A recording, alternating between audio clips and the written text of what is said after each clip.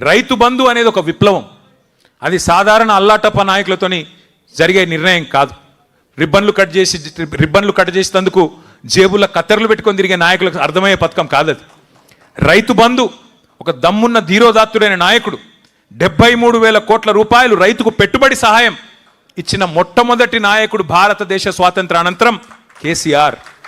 భూమి శిస్తును రద్దు చేసి, నీటి తీరువాను రద్దు చేసి, పేదవాడికి ముఖ్యంగా తెలంగాణ రైతుకు వెన్నుముకగా నిటారుగా నిలబడే విధంగా వారికి వెన్నుముకనాగా అండగా నిలబడ్డది, చేతిలో కర్రలాగా ఆసరాగా నిలబడ్డది కేసీఆర్.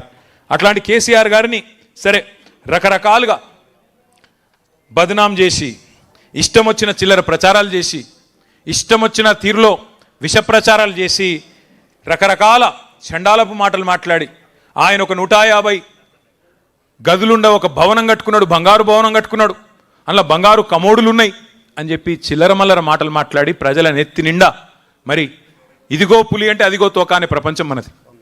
ఏంది అనేది కూడా ఆలోచన లేకుండా మరి నెత్తి నిండా ఇట్లాంటి అబద్ధాలతో, యూట్యూబ్ ప్రచారాలతో విషం నింపి, అబద్ధాలు చెప్పి, చివరికి అవే అబద్ధాలను డిక్లరేషన్ల రూపంలో, అవే అబద్ధాలను 420 హామీల రూపంలో అడ్డమైన మాటలన్నీ చెప్పి చివరికి మరి గద్దెనెక్కింది కాంగ్రెస్ పార్టీ, కాంగ్రెస్ ప్రభుత్వం. అబద్ధాలు, అభూత కల్పనలు, విష ప్రచారాలతో తెలంగాణ రాజకీయాలను కలుషితం చేసింది కాంగ్రెస్ పార్టీ. దేశమంతా వదిలించుకున్న దరిద్రం కాంగ్రెస్. ఆ దరిద్రాన్ని తెచ్చి తిరిగి ఈ విష ప్రచారాల వల్ల నెత్తిన రుద్దుకున్నారు పాపం అమాయకులైన మన సోదరులు సోదరిమణులు. కానీ ఒకటి మాత్రం గుర్తుపెట్టుకోండి, 14లో మనం ఒంటరిగానే గెలిచినాం, 18లో ఒంటరిగానే గెలిచినాం, 23లో ఓటమి పాలైనా స్వల్ప తేడాతో. ఆడికి 3వ వంతు సీట్లు మనకే వచ్చినాయి, 39 సీట్లు వచ్చినాయి, 37% ఓట్లు వచ్చినాయి. కాంగ్రెస్ ఇన్ని ప్రచారాలు చేస్తే కూడా వాళ్ళు గెలిచింది 1.8% తేడాతో మాత్రమే.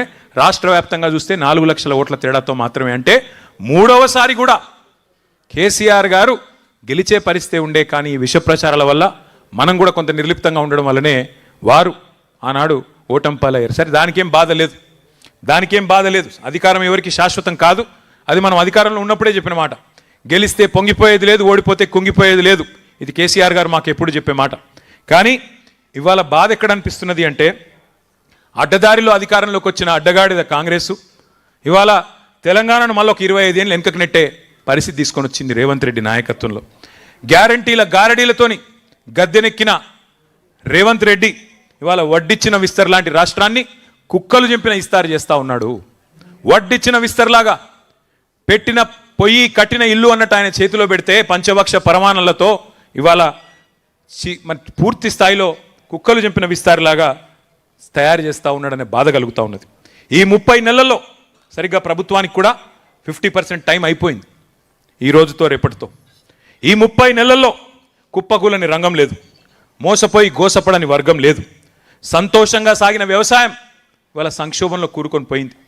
రైతు బంధు లేదు, ఎరువులు ఇచ్చేటోడు లేడు, కనీసం పలకరించేటోడు లేడు.